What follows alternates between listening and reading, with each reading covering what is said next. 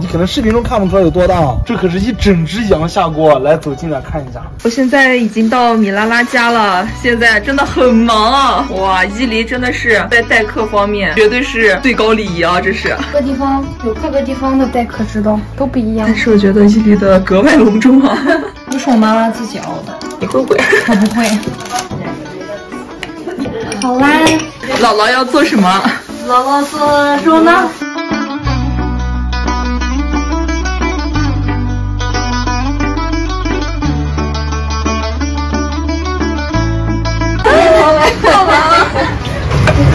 姥姥，你今天要做几个？给我做10个。10个，哇塞！是因为今天是大人们在聊天，我们年轻人就不会出现在这个场合。记得给我们送吃的。没问题，没问题。叔叔们都在忙着做外面的饭，要做一大锅抓饭。现在就是一个非常有仪式感的场景。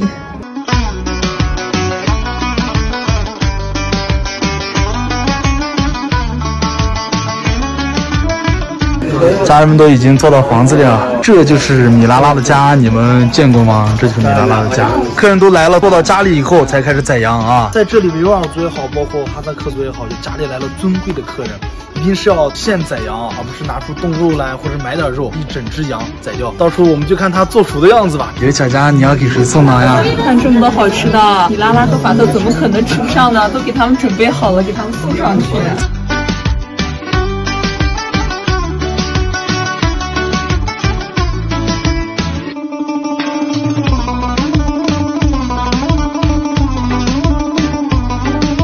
看看这抓饭，大锅抓饭味道就是不一样。太好吃了，香不？干净啊！大锅抓饭，香！看这么一大锅羊肉，新鲜的羊肉，这可是一整只羊下锅。来，走近点看一下。你可能视频中看不出来有多大，一整只啊！哇，肉熟了，今天一天都在吃。来客人了嘛，就是让亲家的奶奶，但是老大再放奶奶吃完了以后就是亲家下面的啊，下面的一个一个挨着那样子吃，就是那种习惯。最后我们吃。